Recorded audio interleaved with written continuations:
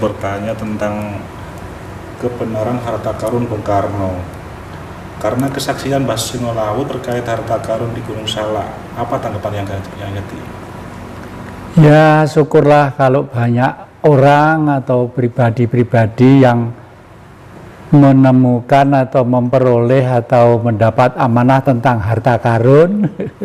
Tapi saya tidak boleh berpikiran tentang itu, karena bagi saya harta karun Bung Karno itu adalah ajaran Bung Karno, Pancasila atau Marxisme itu sendiri. Nah, kalau Pancasila masih abstrak, artinya zaman Orba dulu Pancasila, tapi kenapa digulingkan?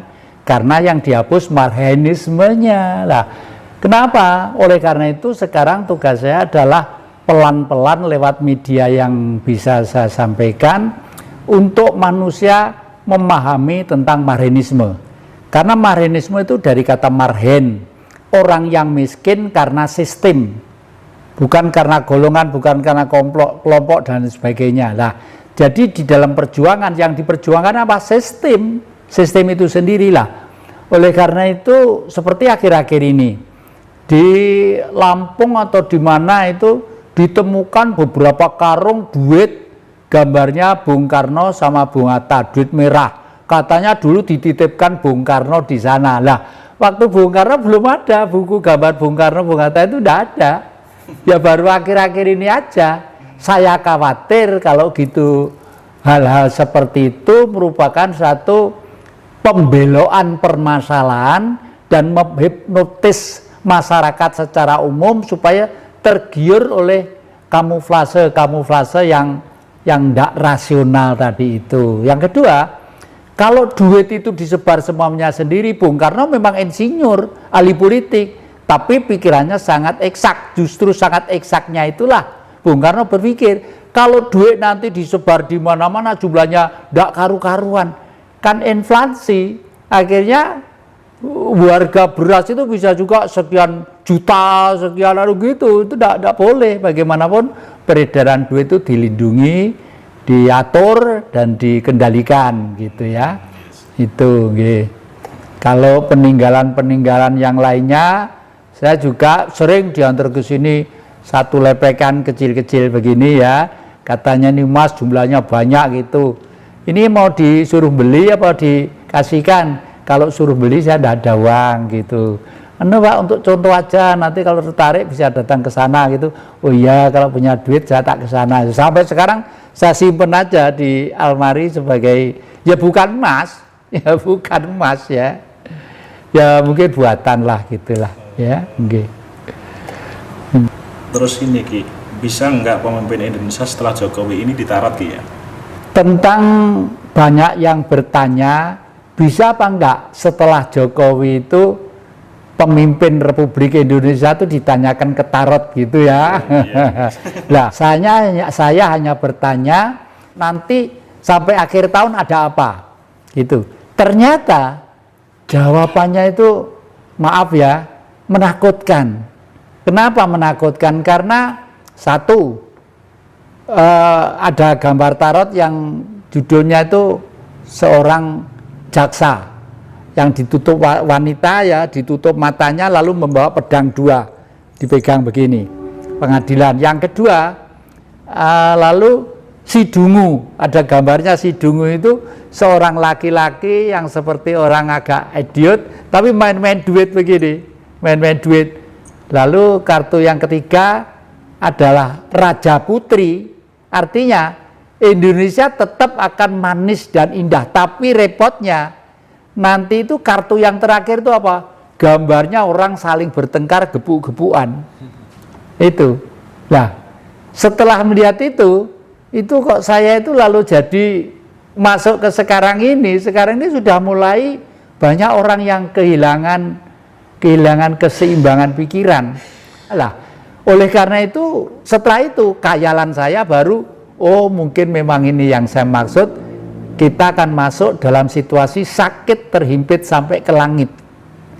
Jadi baru setelah Indonesia nanti itu masyarakatnya itu kepepet semuanya, pendidikannya kepepet, kesejahteraannya kepepet, mau buka ini kepepet, buka ini kepepet dada janda itu mungkin ya, mungkin baru nanti itu akan ada satu manusia yang tampil di zaman, bayangan saya ini berjalan sampai tahun 2045 bayangan saya.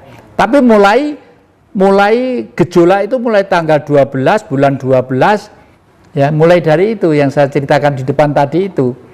Oleh karena itu di depan nanti mungkin setelah manusia itu semakin lama semakin bingung ya, orang politik dalam tanda petik ndak kangge, orang-orang profesor doktor juga ndak dihiraukan, hanya mencari seseorang yang ngerti tentang perasaan rakyat. Mungkin itu.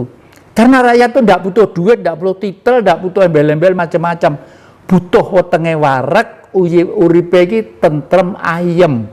Tentrem ayem itu ndak butuh duit, butuh suasana dan kebijaksanaan. Itu ilmu juga. Kalau di pewayangan digambarkan sebagai Prabu Puntadewa. Jadi ratu sederhana. Kalau yang ini masih pakai ini, ya, pakai macam-macam. Kalau Prabu Puntadewa ndak mikir ini, ndak mikir, ya. Jujur digambarkan kakinya itu ndak ngambah lemah, ngawang begini. Artinya nggak duniawi, gitulah artinya itu. Nah, kalau bangsa harus seperti Bratasena, gagah gitu. Bangsa harus tegar, gagah, tapi ratu harus tetap sederhana, ya toh? Terus di tahun 2045 kira-kira Indonesia itu seperti apa di mata Ki?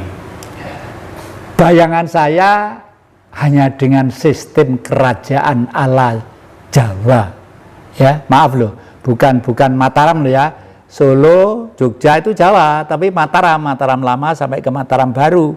Yang Mataram lama, waktu yang Sultan Agung Hanyokrokusumo itu waktu menyerang ke Batavia, itu tadi di televisi saya sebarkan cerita kuda lumping itu sebenarnya. Prabu yang Sultan Agung menyerang Batavia.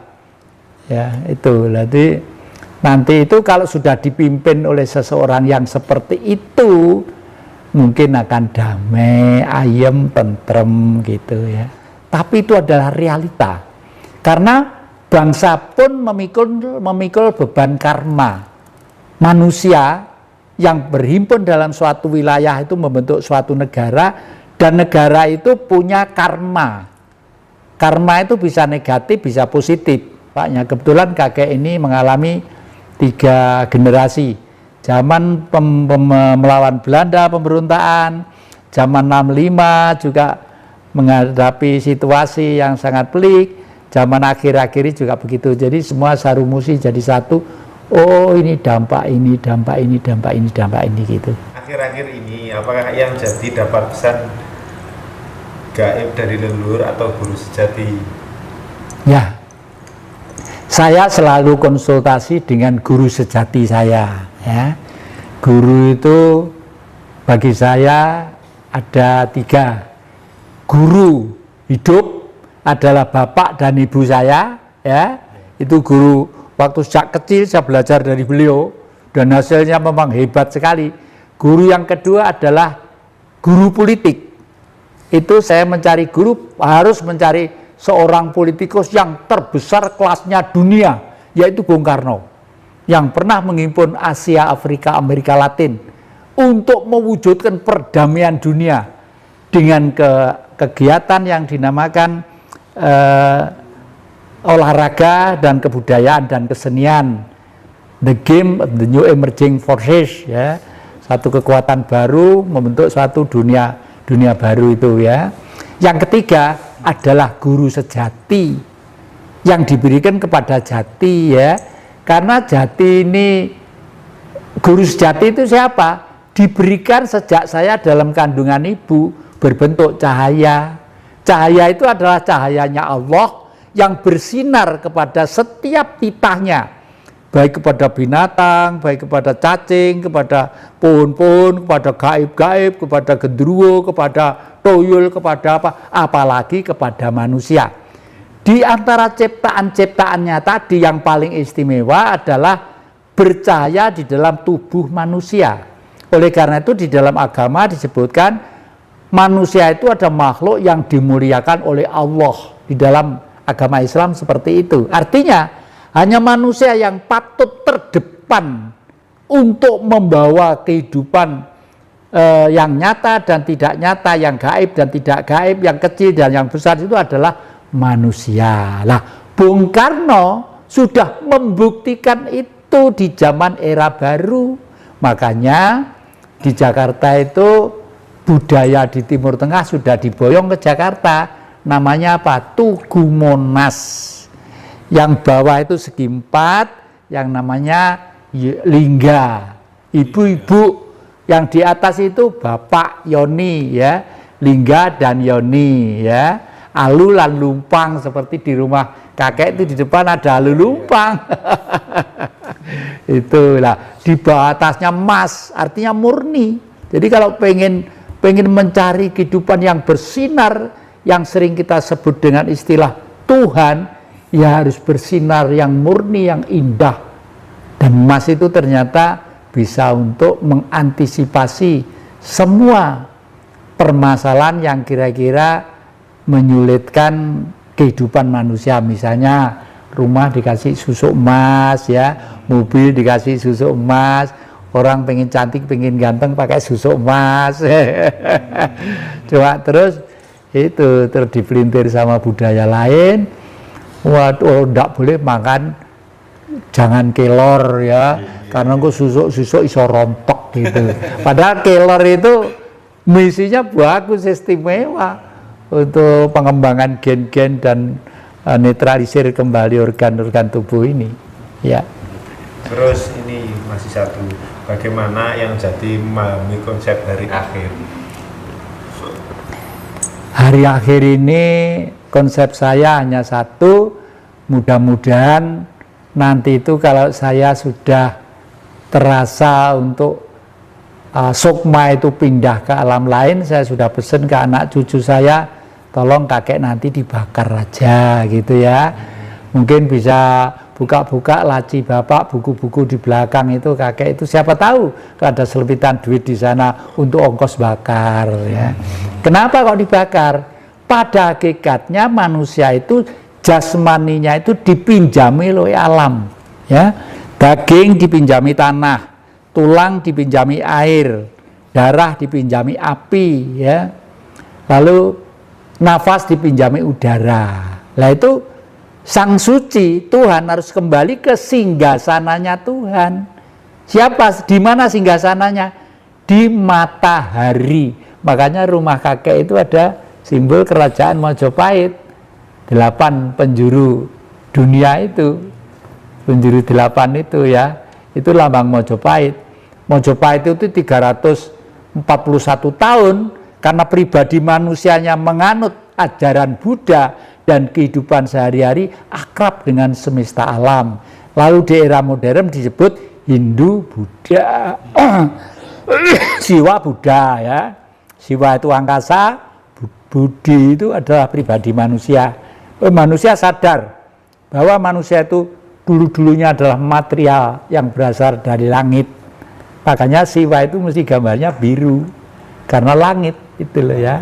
Nggih. Nah itu. Jadi kalau sudah begitu Pulau Jawa tidak penuh kuburan ya toh.